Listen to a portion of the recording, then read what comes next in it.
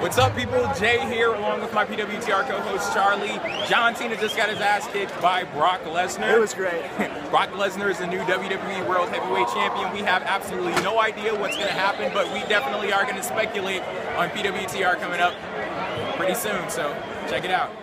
What's up, people? Thank you for tuning in as PWFEmpire.com presents Pro Wrestling Talk Radio, the show where fans rate and debate the hottest topics in the world of wrestling. I am Jay, and this is my co-host, Charlie.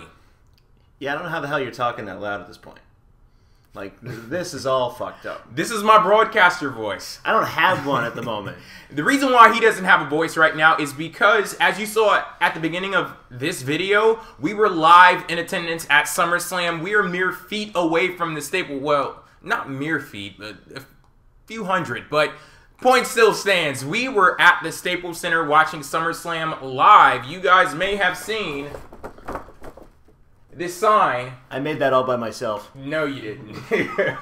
You guys may have seen this sign here. If Cena wins, we logically discuss on PWTR. Well, Cena did not win. We do have a new WWE World Heavyweight Champion, Brock Lesnar. And as much as people wanted to see John Cena get his ass kicked, Brock Lesnar as WWE World Heavyweight Champion, that is a Pandora's box full of things that we have absolutely no idea of. We don't know what the hell is going to come of Brock Lesnar as the WWE World Heavyweight Champion, but we'll logically discuss that also. I couldn't fit that on the sign because, you know. See, because we're still going to logically discuss.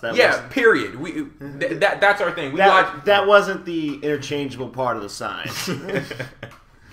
Alrighty, guys, we're going to go ahead and get started with the first match on the official SummerSlam card. It was Dolph Ziggler versus The Miz with the WWE Intercontinental Championship on the line. And of course, if you guys want to tweet along with us, that hashtag PWTR, because as always, the conversation continues both on and off. And I want to take the time to point something out. Notice how these are capital letters. I think we should keep that trend going on Twitter. Okay, we should keep that as the no pun intended, by the way.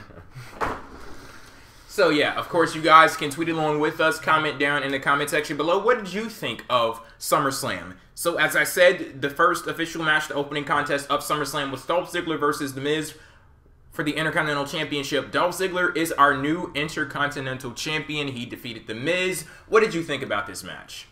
I thought it was good. I thoroughly enjoyed it. Basically, the end sequence was really nice. I really liked the counter to the Famous era. It was really interesting. Gets his hands up and turns it into the skull-crushing finale. And, you know, the feel about Dolph Ziggler is always going to lose, so everybody kind of gets into that. He kicks out, place goes nuts. Right after that, zigzag. Gets the win with one zigzag. Place went even more nuts. People were into this match. And, you know, I was really worried about the whole, you know, Miz is going to win and WWE's going to talk about how, man, you know, the Miz really made people like Dolph Ziggler. But they gave the people what they wanted, which was a nice Dolph Ziggler win. It was a great way to kick off the show. Really enjoyed the match, and the moment was even better. Yeah, this match was a really good match, and it was a nice way to start off the show. That false finish with Miz hitting the skull-crushing finale on Dolph Ziggler and him kicking out. I honestly thought that the match was going to end there, but it kept going, and it just got better and better and better. And this was actually a step up from that great match that I enjoyed from a few weeks ago with those two on Monday Night Raw. So the fact that we got to see these guys on the big stage, SummerSlam, doing their damnness to put on a show, and the fact that they actually did put on a show, that's wonderful. Dolph Ziggler getting the win. We were actually talking about this before the show. People love to downplay the importance of the Intercontinental Championship. Some of those people actually work for WWE, but the thing is about it, people just want to see Dolph Ziggler do something. They want to see Dolph Ziggler succeed. So him winning the Intercontinental Championship, the championship doesn't mean much, but it is a sign that WWE, they're paying attention. They see Dolph Ziggler and they see the response and they hear the response that Dolph Ziggler gets from the crowd. And I think that The Miz, he did his work as a heel in this match. He did his work as a heel. You can't wrestle. Yes, he can. But Jay was the one dude in the crowd. No, there are a few other people, like 2 or 3 other people chanting it. But I do have to give props to The Miz. He did his work effectively as a heel, and I do think that his heel work, it actually got people to a point where they could support Dolph Ziggler even more than they already did. He was a great adversary. Stop doing the figure 4. I don't notice I've never noticed what was the problem with the figure 4. He shouldn't be doing a figure 4. Is it just because he's the Miz, or is his application... you always like to talk about heels. You know, what's the guy heel trying to go for the whole woo reaction for? Who said he was going for the woo? It's what happens. Who said Cesaro was trying to get a pop out of the swing? Because, you know what? Point made. Okay, I'm moving on. 1-0. 1 out of a fucking million. Alrighty. Next up. Paige versus AJ with the Divas Championship on the line. The title is going back and forth between these two divas, and once again, it changes hands. And now Paige is the new Divas Champion. She defeated AJ with pretty nice looking Impact DDT. So what did you think about this match? I think that Matt and I were spot on. That's what I thought about this match, because we predicted right. I mean, I predicted it too. Yeah, because of us. That's the gimmick. See, anyway, this match, I thought it was good. It had some good spots. It was a decent little match. I thought right when it was about to get to its best point was right where they cut it off, but that's going to happen in the Divas match. Overall, it was a pretty solid match, and one that I didn't have any like regrets about not going to get a snack or going to pee. So I actually thought I watched something of substance. I do get annoyed.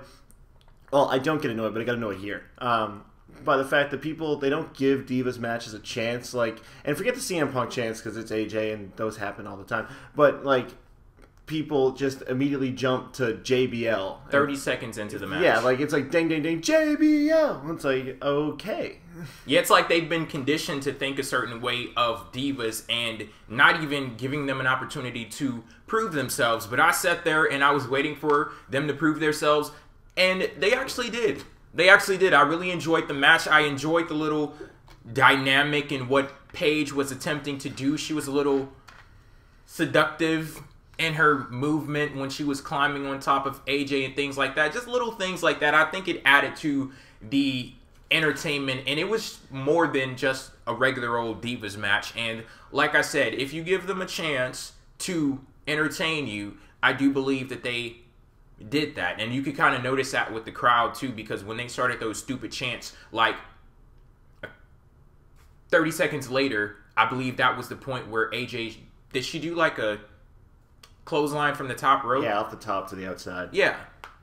So they actually let them go out there, spread their wings a little bit, and I think that it turned out pretty well. And unlike the Battleground, Battleground match, they actually worked well. Like, the Battleground match, they were trying to do all this shit, and they could not actually get it to work. Like, they kept fucking it up. In this match, they actually were able to pull off the spots and the good technical moves and the counter from the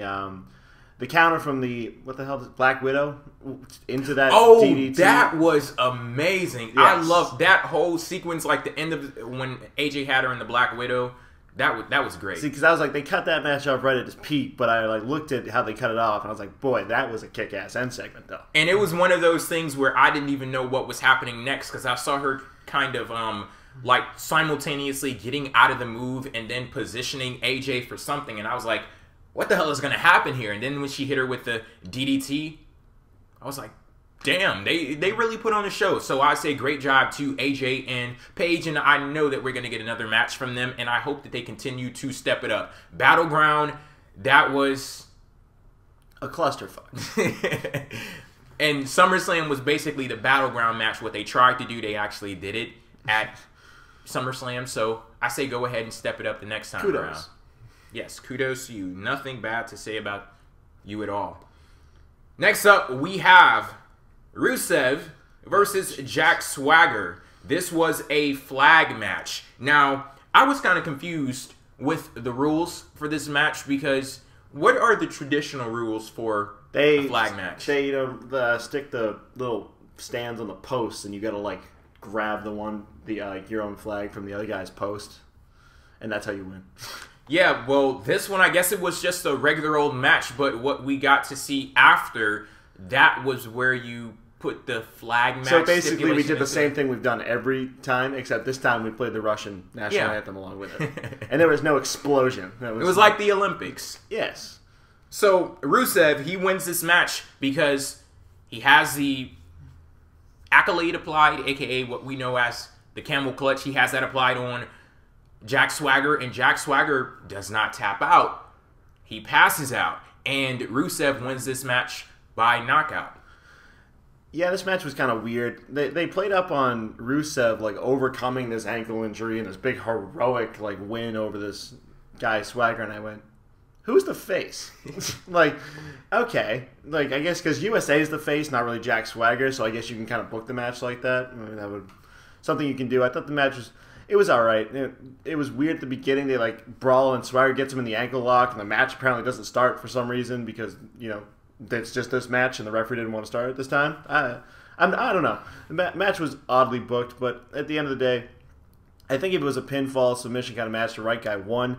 I don't love this feud, how they've been just bitching out as far as the finishes go. They've been, how can we make this as indecisive as possible? Because we don't want Rusev to lose, but people will go batshit crazy if America taps out. Like, you know, at bare minimum, you can just Swagger tap out and Zeb Coulter loses his shit, and then you friggin' split them up and give Zeb Coulter somebody else.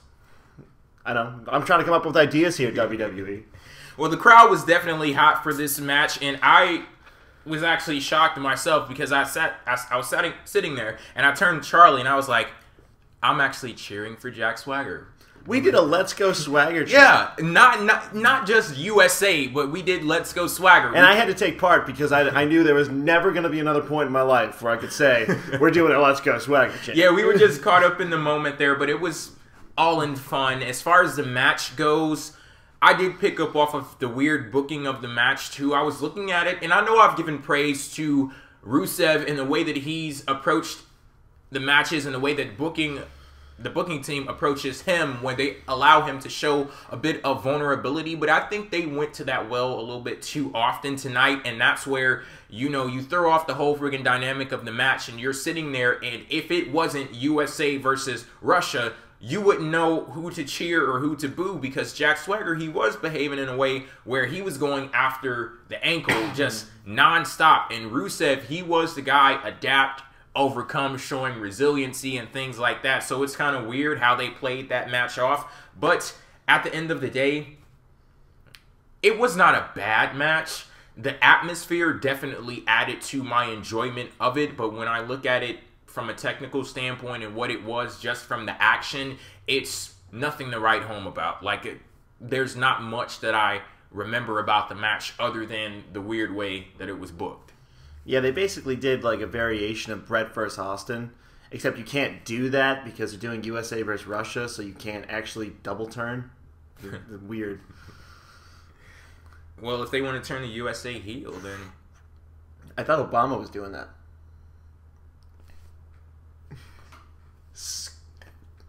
I'm just going to give myself a point on that. I actually can't say anything about that. So. Oh, yeah. He pleads the fifth. Sorry, government. Okay, next up, I have a lot to say about this match. I'm not pleading the fifth here. Seth Rollins versus Dean Ambrose in a Lumberjack match. Now, I know we had our reservations about the fact that this was a Lumberjack match, but at the end of the day, it was still Seth Rollins versus Dean Ambrose, and that's eventually what the match came that, well, Seth Rollins, Dean Ambrose, and Seth Rollins' Money in the Bank briefcase to Dean Ambrose's head, because that's how Seth Rollins won this match. And this match was in the ring, it was in the crowd, at ringside, it was all over the place, balls to the wall. But at the end of the day, what's your thought on this match? Dean Ambrose, Seth Rollins. My Seth Rollins shirt, it was back ordered. It's actually on my doorstep at home. So when I get home, I'll wear it on the next episode of PWTR. I honestly cannot say enough about this match because it wasn't the best match. It wasn't like a match of the year contender. But when you look at everything, like I've never seen much of a moment of them turning chicken shit into chicken salad like they did. Like if you were eating chicken salad tonight during the show, you might have ate chicken shit. Just so you're aware. You just didn't taste the difference. Yes, because this match was really well done. It was really exciting. The crowd was going batshit crazy. It was awesome. They went up the other side of the arena from us, so I tried to watch on the WWE Network. I figured 9 out of 9 better try to do that, but it was on a little delay, so I didn't really see much of what went on over there. It took them a while to get the camera on the big screen, which kind of pissed me off. But regardless, then when they're dragging Seth Rollins back to the ring and Dean Ambrose comes up the top off of everybody, it was great. The crowd went nuts for the Lumberjack brawl, which is something that does not happen much. They turned the Lumberjack match into a very entertaining, awesome match. So kudos to them. Can't say enough. And Seth Rollins in this match was a great heel. I can honestly say that if this, I tweeted this after the match, if this was Seth Rollins and that authority part of him was not part of the character, he would be an awesome character right now. The problem is when he goes backstage, he's in those vignettes with the authority, he comes off as kind of not that smart heel. He comes off as more of like that kind of bitchy heel. And I don't like that, because tonight he was very smart. He was very, he was very good. He was more believable. He made me want to hate him. He didn't make me want to, hate him vicariously through Triple H, which is what's been happening for me. So the thing I've loved about Seth Rollins, when he's involved with Dean Ambrose without Triple H there, he's great. But when this feud involves the authority, it's gone down. So I'm actually really excited for this match and this feud to continue. I really want to see Dean Ambrose get his win, so we'll see how we build to that. And hopefully they can carry this on through Hell in a Cell, because, as we'll talk about later, we have kind of a champion who may not work some of those smaller shows. And you want to bring legitimately to Hell in a Cell, main event a Hell in a Cell match, you got a feud going right here that could build up to that point. So awesome match. Kudos to both guys. Totally took something that I didn't think they could make good and made it just excellent. Yeah, this stipulation definitely had the potential to ruin what could have been a great match from Dean Ambrose and Seth Rollins, but luckily it did not do that. And I love the points in the match where they were like, fuck the stipulation. And one of those points was when the Lumberjacks were carrying Seth Rollins like he was about to be torched in a damn village, like carrying him back to the ring. And Dean Ambrose was like, fuck that, I don't need you to carry him back to the ring, but if you are, here's what I'm going to do. He went to the top rope and just launched himself on them. That was great. I love the moments where they were brawling near the announce table and that security barricade, and when they went up into the crowd like Charlie was talking about, it took them a while to get a camera on those guys, but when they were on that part of, they were in that part of the audience where, what pay-per-view was that when Seth Rollins, he like launched himself onto Extreme Rules. Like they were right there, and just that tense feeling that we got, because I was like, oh shit, something is going to happen, because if anything was to go on in that part of the arena any other time of the year, you're like, they're just up there screwing around. But we've seen Seth Rollins do it before, and when they were up there trying to throw the other guy over, I was like, oh shit, something is about to go down. And that something could have been Seth Rollins or Dean Ambrose, but luckily we avoided that whole thing. But this match, it was a fucking awesome match. And Kane, when he strolled out there, I was like, oh shit. I heard Jay's on my left at the show, and I all of a sudden I didn't even look because I didn't see him coming. And Jay notices it, and all of a sudden here from my left, so I'm watching the match, just motherfucker. I see Kane strutting down to the ring, but I think they did a great job with incorporating the Lumberjacks. Like, I don't want to give them credit, but I have to give them credit for what they did do. The situation that they put themselves in, it did work out very well. And Goldust, he got into the ring and he confronted Kane, and just that big ass brawl.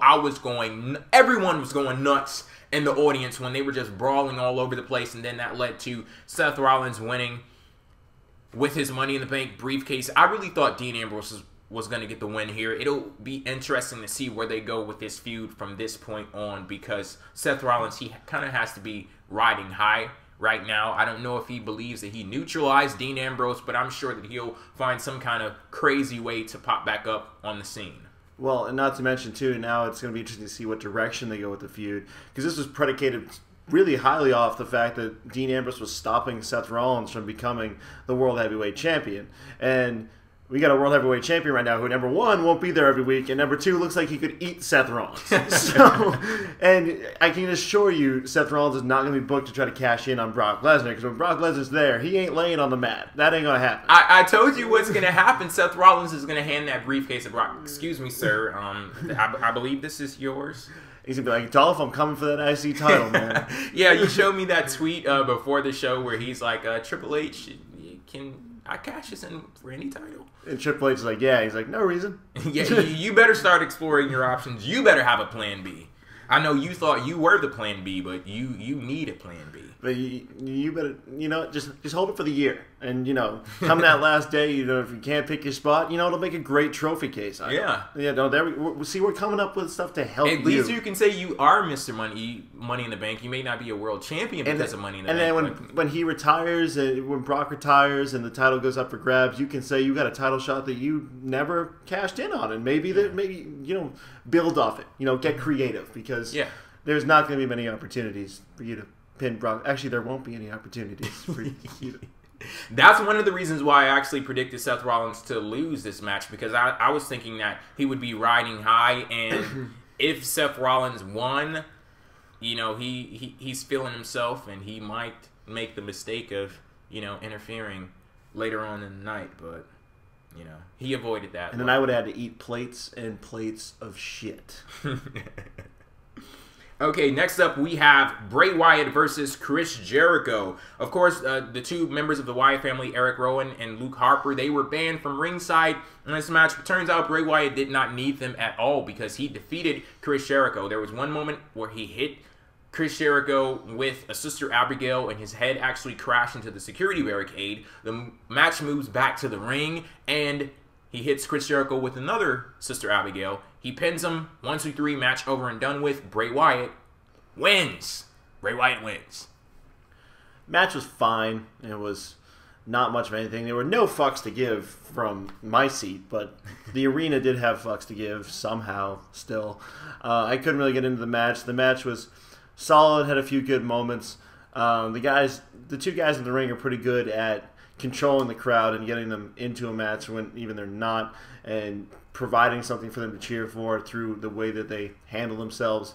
So they were able to get the crowd kind of into it. It was just an average match. It was probably my least favorite match in the show, and it's not really a bad thing. Like, it's not really something I would say is an indictment to them because it wasn't a bad match, but it just didn't stack up. It was really either that or the Divas title match, and both matches were solid. They were fine, but those matches just didn't really bring it to the fullest extent. That was definitely the story here. In a case like this, you would hope that it just being Chris Jericho and Bray Wyatt, that would count for something, the talent that we've seen these guys display in WWE. Like, oh, the feud wasn't all that, but once you get these guys in the ring, when it's just up to them, where they just have to rely on their talent, nothing from, no help from creative with the different segments and the promos and things like that, you would hope that that is the case, that they would pull off something of note, but unfortunately that was not the case here. Realize we have weeks of build going into a show. The show only lasts for one night. Those weeks that you invest with all of those time and those moments and things like that, that gets you to a point where you care about the action that you see. And unfortunately, I did not care about anything that was happening in Chris Jericho versus Bray Wyatt. They did have some nice moments, like I was talking about, the Sister Abigail to the outside on the security barricade, and Bray Wyatt actually getting a win. That was nice. We'll see what he does with this. Maybe he could be the person that adds some meaning to it. We know Bray Wyatt has a way with words. It hasn't worked much for him after he got his ass kicked by Chris Jericho that last time, but maybe with him winning, it changes things up a bit and we can move forward. I'm just trying to find something to care about with this. Something. As Manny would say. Meh. Meh. Speaking of something to care about, Stephanie McMahon versus Brie Bella. So many things happened in this match. One of those things that happened, me marking the fuck out in the crowd. You guys need to know I am a Stephanie McMahon guy. If you don't believe me, I have proof. Got a mark over here. And he fucked up his M. I'm a Stephanie McMahon guy. Here, you see that? But, see, the M fell victim to having to rebuild the John Cena sign. But, this was Stephanie's first match in over a decade in WWE. This was the highest profile match Brie Bella has ever been in her entire career. And the only high profile match Brie Bella. What cost her the match was her twin sister, Nikki Bella. She actually turned on Brie, and Many hijinks ensued during this match. We got an appearance from Triple H. We got some drop kicks. We got... Oh, drop kicks. We got a pedigree, and that's how the match ended. Did we get drop kicks? I don't remember one drop kick. I remember one. Yeah, it was... The second rope one was... she went, Primo! Yeah, and she drop kicked Triple H, too. Oh, that's right, she did. Okay, Yeah, it was only 2, so that's a new record for Brie Bella. Somebody tweeted me, Triple H really got knocked out by a Bella drop kick. Those fucking things are dangerous. You got yeah. There's a certain kind of I gotta rewatch this. I gotta rewatch this match because randomly in the middle of it, I went, "Come on!" just to see if that would come through. But yeah, Stephanie McMahon is the winner here. I can go ahead. Spoiler alert. I thought the match was fucking awesome, but I can get you a tissue if you want. Really? A little bit of tears of joy coming out of your eyes. I guess you saved yours for the match after this. But yeah, thoughts on Stephanie versus Brie Bella? I really enjoyed the segment overall. The match, there was some good stuff in there. There was some really good moves. The only thing I didn't like, and this is a minor gripe, early in the match, it's like this blood feud. I even said when Brie Bella comes racing into the ring, and I'm like, all right, here comes the brawl, and they stop, and they wait for the referee to ring the bell, and I went, don't wait for the bell, beat the shit out of them. And then there was one moment where Stephanie allowed a clean break in the corner, and I was kind of like, eh. But those are just minor little things. I thought the match, it was pretty good. It was very good from a wrestling standpoint. It was solid. It was good enough to pass with the story. Crowd was very into it, and I went batshit crazy when Nikki Bella turned because there were very few people rooting for Stephanie. Man, we got some Steph chants from up the seats behind us, but really it was kind of a Brie heavy crowd, and to have that happen and everybody went, it was a great swerve. One of the great things about WWE is sometimes they get predictable, and then they do something that's not predictable, and it just gets over. And that's really how predictability plays into the greatness of professional wrestling, because when you do something that's unpredictable, then people just go nuts, and it's awesome. The pedigree, she does a very good pedigree, I'll say that. And it was great. Stephanie and Triple H standing over Brie Bella's lifeless body. She sold that for 15 minutes, which was awesome. I looked up, I was like, man, Brie Bella is still selling that. She hadn't moved. It was great. And that's the best acting she's done since she's been in WWE, just lying lifeless on the ground. So it was very convincing. I really enjoyed it. Very entertaining. I'd like to say that I'm excited to see where Nikki versus Brie goes, but I'm really not. But, we'll see where Stephanie goes, and enjoyed the segment. See, going into this match, we were talking about how it was going to be more of a segment than a match. I have to give both ladies their props, because Brie, she was very effective in her role, and Stephanie, she wasn't just effective, she was fucking amazing. She's great on the mic as a heel, and I'm glad that she was able to match that up with her in-ring ability. She was working over Brie, and it didn't work with me, but a lot of other people, they responded to that in kind, giving Stephanie heat, and it was great to see that being communicated effectively. Well, what can I say about Stephanie at this point? She's great, one of the best characters that WWE has today, and with Nikki turning on Brie,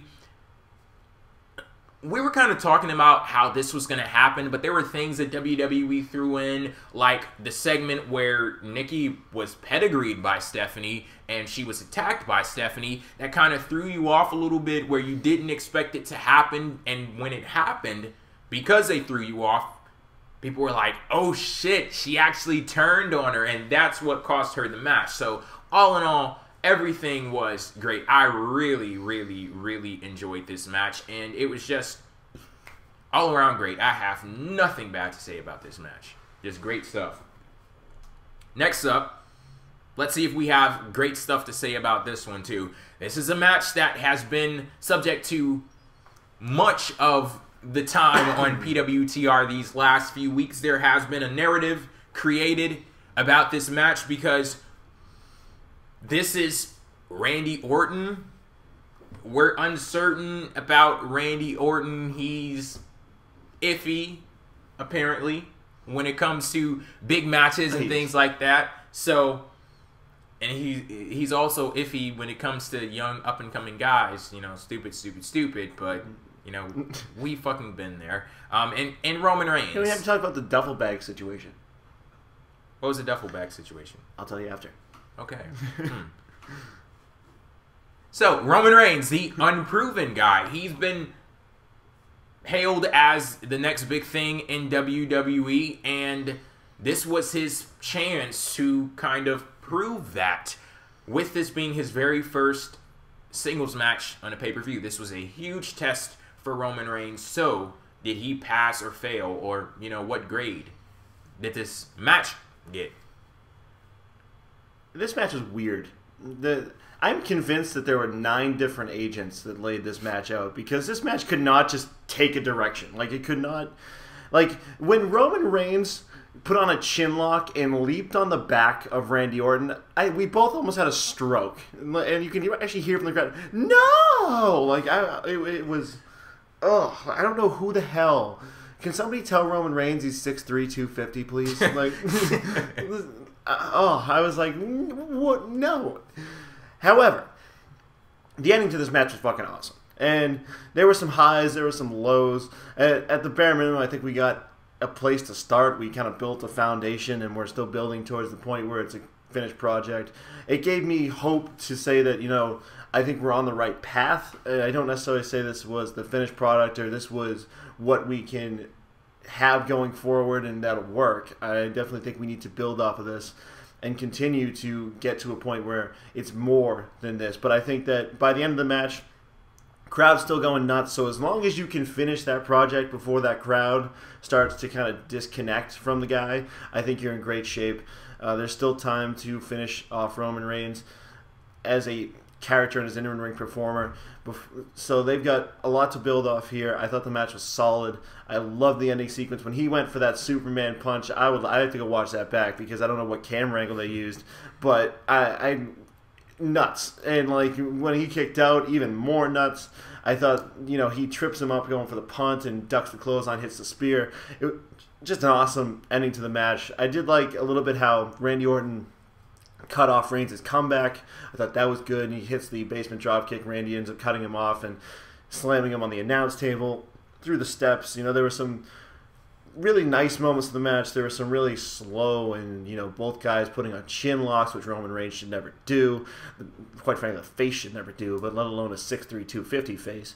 Randy Orton got in a little bit of headlock mode, but at the end of the day, this was encouraging. I think that's the best thing I can say about it. It was very encouraging. I'll agree with you when you describe this match as being weird. It definitely had some weird moments in it, and I'll definitely get there. But one thing that I will say, on a positive note, Roman Reigns, I'm glad that he mixed it up a bit. You talked about Randy Orton screwing up Roman Reigns' comeback. That's something that I did not notice in this match with Roman Reigns becoming formulaic in his moveset. So I'm glad that he mixed it up a bit, added a few more things there. One of those things that he added that he needs to remove fucking immediately, the chin lock. You do not know how crazy I went because it would, first off, why the fuck are you doing it? Secondly, if you do it, don't look sloppy doing it. He was like... I was like, what the fuck is going on? And then he jumps on his back like Randy is giving him a fucking piggyback ride. Like, do you not understand how big you are? You're not supposed to be doing shit like that. That's what, it does not come off well at all. That's what Dolph Ziggler does against bigger guys. Yeah. So that the big guy can cut him off and fall backwards. Not Roman Reigns, who's like taller and bigger than Randy Orton getting dropped back. That makes no sense. And an interesting thing on that note, we were just at the SummerSlam panel yesterday where Stone Cold hosted. You had Sting, Hulk Hogan, John Cena, Cesaro, Sheamus, and Roman Reigns was there also. He was talking about his style in the ring, and I think Stone Cold actually asked him the question, you know, can you get technical if you want to? And he was like, yeah, I can get technical if I want to. But the thing is, people try to typecast me because they look at me as a big guy. But, you know, I'm a big guy, so I can do that. But I can also rely on the speed and things like that. And you won't know that I'm coming for you until you're down or until I knock you out. But the thing is, you are a big guy. You can't betray those qualities because there are a whole hell of a lot of people who are watching WWE right now that want that, and there are a lot of people probably in the that want that too. So you have to stay true to that. I don't want to typecast you, but there are some things that you absolutely cannot do, because I'm just going to go ahead and say it. It makes you come off like a bitch. It does. You jumping on his back in that way, I literally said, what the fuck is he doing? Yeah, he did. What the fuck is he doing? Like, it didn't come off well at all. But continuing on, something that did come off well, the ending sequence of that match. Fucking amazing. When Roman Reigns goes for the spear, Randy Orton catches him with the RKO. Then he starts setting up for... Went for the Superman punch. RKO. No, he actually hit him with the Superman punch. No, he leaped for the Superman punch. That was the RKO. The spear was the power slam. Okay. Yeah. But whatever it was amazing. I really loved that. And then Randy Orton setting up for the punt, and then Roman Reigns, he shows a little bit of his speed off, and he spears Randy Orton, pins him, match is over with. So I'll say they had some good qualities about this match, some bad qualities about this match too. But Charlie, you're talking about a project of Roman Reigns. Here's the thing that I'm kind of struggling with in my mind. I'm not even going to speak for anyone else. Us two sitting here right now, we want Roman Reigns to be a big star in WWE. You say that you want the project to continue. I say we look at him as a big star. Shouldn't we be judging him by that standard now? Because when I look at that match, as much as I did enjoy parts of it, at the end of the day, there was nothing special about that match. If I was a fan that just happened to be watching WWE for the first time, and this was my first introduction to Roman Reigns, I would not look at that match and say, this guy is going to be the next big thing. That's simply judging it off of what I saw in that match. So I'm kind of going back and forth as to whether this is a continuing project, or should we be seeing those qualities of the next big guy now? I think you have a mix, a good mix. One of the things is that he's kind of been launched right from the Shield to kind of a big single star. They kind of treat him as a big deal off the bat, which was fine. I like when they do that, because they don't do that enough. They don't put guys, they don't slot them in where they want them enough. They kind of slot them in the bottom, and it's hard to build them from the bottom all the way up because they don't start doing things that are important. So I think you've kind of got those building blocks, and I think that it slowly kind of comes together. Like, you still got to allow the time to put the rest of the picture together. I guess to kind of settle into his role almost. So I think you can kind of have a combination of, like, look, you're in a big match, you got to put on a show, but at the same time acknowledge the fact that this isn't quite yet the entire picture. Work in progress. Crowd's still going nuts, though. And I was one in the crowd going nuts. I just want to point that out. So don't look at this like me jumping off the bandwagon or anything like that. I'm still a big fan of Roman Reigns. And if I look at him, you know, as just Roman Reigns, then the dude is fucking awesome. He is. But it's just that... But we want to see you whoop some ass. No chin locks. Like I was talking about before. Don't let those ambitions get ahead of you. Like, you're not supposed to be wearing down Randy. You're supposed to just beat Randy's ass. Yeah, stop the fucking chin locks. Stop. Randy's supposed to be wearing down you. You're supposed to break the chin lock and then whoop some ass. That's kind of the point, is we want to see you put people through the mat. Like, you know, so... And I still got to get my suplex. That's still bothering me. I thought we were going to get it off the top rope and then do a Samoan drop. And I was like, well, damn. There goes my suplex. Alrighty. And there goes our titles.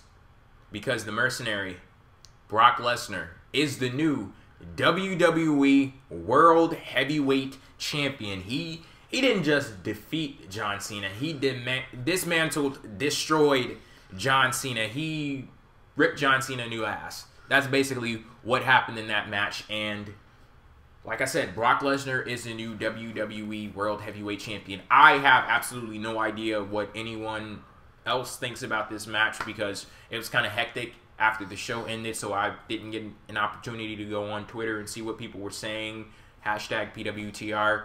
What are you saying? This was awesome. And, you know, this is kind of one of those matches that if we did star ratings, which we don't anymore, I would not grade this as a star rating. I would just kind of put an NA. That this was kind of a storytell kind of match, and it told it beautifully. And as someone, don't give me that look. I see, because I didn't say anything. I enjoyed this story. That's the difference. I'm just saying there are some cases where you kind of sacrifice match quality to tell a story. So yes. I mean, you just said that. Although this was far better than the story they tried to tell 6 months ago. 4. Yeah, 4. See, it's all about enjoying it. I enjoyed it. Greek tragedy.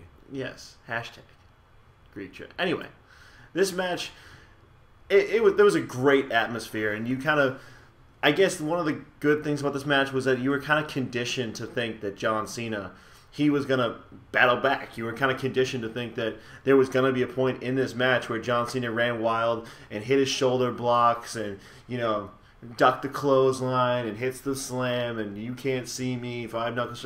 And nope. He threw some punches. He caught a quick attitude adjustment that Brock did the Undertaker sit-up, which was fucking awesome. Disrespectful son of a bitch. I went... Like, it was great. This match, it told a great story. The atmosphere really played into it. And that was probably the best part about the match, was that the fans were so into it that it kind of took that match quality, which you sacrificed, and created a great moment around the match, because you really had the fans going at you, the people who were just loving seeing Brock Lesnar whoop some ass, and the fans begging for John Cena to make a comeback. So it was that kind of battle that really kind of came together well, which I think was probably the most enjoyable part of the match. And it's great to finally have a win underneath the belt of the people who want to see John Cena get his ass kicked. Because even when he loses, he does his, he does his stuff, and he finds a way to kind of stay John Cena. This dude got fucking humbled. Yeah, that was completely clean, right? Oh, that was an ass whooping. Spotless. There was nothing about this match that wasn't clean. Like, Paul Heyman, there was a point where Brock was in the STF, and I saw Heyman kind of run around the ring, and I went, oh, no, they're going to do a dirty finish after 15 minutes of ass whooping. They didn't, thank God. This was different. It was something new, fresh, and you walked out of that show thinking, good God, who is going to beat that guy? And whoever that may be, whether it be this guy that I'm wearing, whether it be that guy that he's wearing, somebody's getting a rub out of this. Now, in the event that this guy and that guy shit the bed, it'll probably be John Cena again, but you really hope that there's another happen. guy you're forgetting. Who? He's not a face. See? That wasn't... See, now you're going to get me all kinds of hate tweets. Send them to him. They do it anyway, so... Yeah. At Peter Vampire. Charlie said this and I hated it. I'm sitting there and I have no idea. At PWTR Charlie, people. It's not hard. Man, this match, I can't even call this a match. This was a beat down. John Cena got the brakes beat off him, and this isn't one of those situations where they, and I guess this is kind of weird to say, but they didn't attempt to entertain you with the thrilling moments and things like that. The way that they entertained you is how Charlie laid it out. John Cena, you were anticipating a comeback from him, and Brock Lesnar beating the shit out of him. We had our PWTR co-host David. He was on Twitter. He was like, I don't even give a damn about this match quality. All I care about is this fake-ass Power Ranger getting his ass whooped. And you know, he must be really satisfied right now, because that's exactly what happened. And this, Brock Lesnar, I just absolutely love the styles clash that he brings. Just that culture clash that he brings with his MMA background into the WWE, because you can tell with everything that he does, he isn't trying to entertain you. He doesn't give a damn about your opinion. There were people in the audience chanting same old shit and boring when he kept doing those German suplexes. But from his perspective, they're effective. They're working. They're draining every single bit of energy, every single bit of life out of John Cena. So guess what? If I see every time that I do this, he gets up more slowly. Every time I do this, he's adding more and more dead weight. Guess what? I'm going to keep doing it. And the way, it's so weird, Brock Lesnar isn't trying to entertain us, but in the way that he's not trying to entertain us, it actually entertains me. And I think this is somewhat of the same feel that they went with for The Undertaker versus Brock Lesnar, with Brock Lesnar ending the streak, and then for you to do it here with John Cena. Man, an absolutely amazing atmosphere. Absolutely no one in the audience was on the fence. You were either on this side supporting Brock Lesnar. Wait a minute, I just hold the phone. Whose side were you on? Why are you putting me on the spot like this? I was on the side of WWE. As a WWE fan, I could hear the "Let's Go Cena" chants from the seat to my left. Yeah, it was a kid with... That was on my right. No, it was a kid with a John Cena shirt on your left, too. You were wearing a John Cena shirt? No, he was next to me. Ah. That's probably where you heard him from. Oh, that pop. I heard, he's the face. Yeah! I was like, really? You know, I had to play along, though. But, seriously, Brock Lesnar as the WWE World Heavyweight Champion... What the hell does this mean? Because so many people were wrapped up in, I just want to see John Cena get his ass kicked. You have no idea what to expect with Brock Lesnar as the WWE World Heavyweight Champion. We don't even know if he's going to be on Raw tomorrow. It's just, like I said at the beginning of the video. That's from somewhere in California, right? Pandora's box. He'll probably be there. Pandora's box has been opened with Brock Lesnar as the WWE World Heavyweight Champion. We don't know how often we're going to see him. We don't know who his next opponent will be. We don't know anything. But I guess what we do know, We don't know anything. Brock Lesnar is a WWE World Heavyweight Champion. Do you know where WWE goes from this point, or could you venture to guess? No fucking chance can I ever guess. Because if you look at the top faces in WWE, he just whoops Cena's ass. Roman Reigns is next with nope, that's not happening. That's Dean Ambrose, who's busy and not going to main event. Who the hell is he going to wrestle for that title? What? I just don't know. Like, what are you going to do? And then you did have that moment where, I believe it was Paul Heyman, he posted a pic on Twitter with him, Triple H, and Brock Lesnar. And he was saying, you know, who made the deal with the devil? Because on one side you do have Triple H, you know. Of course, he's evil as evil can be. And then Paul Heyman, he's over there just so sadistic and so amazing. But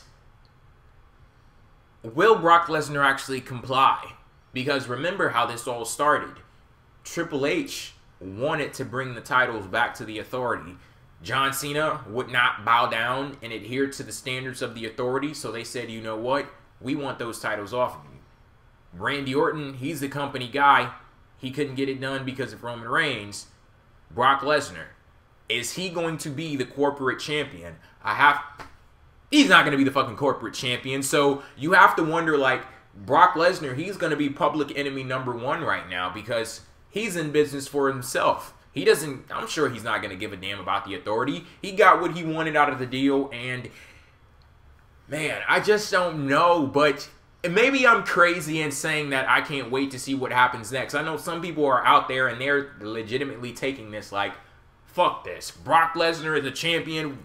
What's going to happen with him as champion? How are they going to pull it off? But I'm like, oh yeah, I can't wait to see how they're going to pull it off. What if Cena wins it next month? No. See, that better not happen. No. That would be some certified, stamped, prepackaged, sold in the meat aisle bullshit. Man. So, overall thoughts on SummerSlam? I had a good time. Very entertaining. And it wasn't necessarily the best wrestling quality show. Like, I wouldn't say a lot of the stuff. Rollins and Ambrose were very good. Miz and Ziggler was solid. Roman Reigns and Randy Orton had some cool moments. But overall, it told really good stories throughout the night, which I really liked. This was a very storytelling-based show, and I thought the stories were great, and the crowd was going absolutely fucking nuts. So it was just an awesome atmosphere. There's some really nice stories told, and I can't wait to see where we go next in WWE, because they really did change the landscape a lot here. And the 3 title switches, You have Roman Reigns beating Randy Orton. You have Nikki Bella turning on Brie Bella. Like, there's a lot that they just kind of shook up within this company. So we'll see where we go tomorrow. I think you could basically use our thoughts on Paige versus AJ for the show as a whole, because we talked about the last WWE show where it had potential. Like, you look at the card on paper, it looked awesome. Then it didn't actually live up to that potential because they were trying to push things off to the next show. But, you know, now we get this show. WWE accomplished two things tonight. They put on a really good show, and they actually have us anticipating what's going to happen next. And before I can give, like, my full official review, I have to watch the show on the WWE Network. For just $9.99. $9.99, yes. Because it's so weird being in at a show live versus watching it on TV, because I have to give props to the WWE production team and their directors and things like that, because being there live, you kind of see their work, comparing it to how you usually watch matches and things like that, like those camera zooms and those different angles and things. You'd be surprised seeing how much it could be, that much fucking distance between somebody's elbow and somebody's head when they're acting as if they're, you know, connecting. But the way that it comes off on camera with their different angles, it's you wouldn't even be able to tell that it didn't connect. But, you know, that's just props to WWE's production, directors, things like that. But, yeah, I'm going to have to watch this over on the WWE Network. But I can say, being there, I definitely enjoyed myself. It was a great show, and like my co-host said, a lot of storytelling tonight, a lot of good storytelling, and I can't wait to see what happens next with WWE. Brock Lesnar as a champ. Did all the titles that were on the line, they changed hands tonight, right? Yeah. We didn't talk about Lesnar's F5 20 seconds into the match either. Oh. That was fucking awesome. That was another one of those things where Brock Lesnar was like, I don't give a fuck if you paid $800 for a ticket. I want to end this match right now. I came for the titles, and that's what I'm going to leave with. And, yeah, he did. I would have been perfectly fine if that was a 3 count, too. like I think someone saw me, they tweeted me saying I jumped at 50 feet in the air, and I did. And I was, because that was actually like a scenario that had gone through my mind of like Lesnar like tripping up Cena, punching the shit out of him, Cena gets up F5 like over in like 60 seconds. Like, so the fact that it was going to end at 30, I was like, holy shit, they're actually doing this. And that was a great point that you brought up earlier when you were talking about how we've been conditioned to believe that John Cena was going to make a comeback. I'll raise my hand and say I was one of those people. That was my exact thought during this match. Like, I was like, John Cena is getting his ass kicked so much, he has to come back. And at that point, I was like, Cena's going to win. Yep. Cena's going to win. Did I actually tell you that? I think we told each other. Like, yeah. I think we kind of turned, we were like, you know, Cena's winning this, right? Yeah, Cena's winning this match, but that's WWE flipping everything around. Just when you think you have all of the answers, they change the question. See, and it was such a great moment, too, at the 3 count, because everyone was still in the mode of, like, you know, he's kicking out. Yeah. And then it was like, you're kind of sitting there and you're like, maybe. Awesome. Yeah, and he needed help from the officials to get to the back and things like that. Brock Lesnar, he went up on the stage, we gave him the everything. Nah. You know, the guy in front of us that was decked out in full Cena gear, wrist sweatbands, and a title kind of doing, stop! And it's like, see, this is our moment. Alrighty, guys, thank you for tuning in to this episode of PWTR. We'll be back on our regular night at our regularly scheduled time. It will be Tuesday at 8 p.m. Eastern Time on PWFEmpire.com. Hopefully, you guys join us for that one. And thank you for joining us. I'll be there. On this show. Wonderful. I will be. And I'll be back in my time zone, which makes fucking sense. No, we'll be at the PWTR studios. Which is in my time zone. Is it? Yes. It was just in Los Angeles a few weeks ago. It was? Yeah. I thought I'd been here for 4 days. Peace out, guys.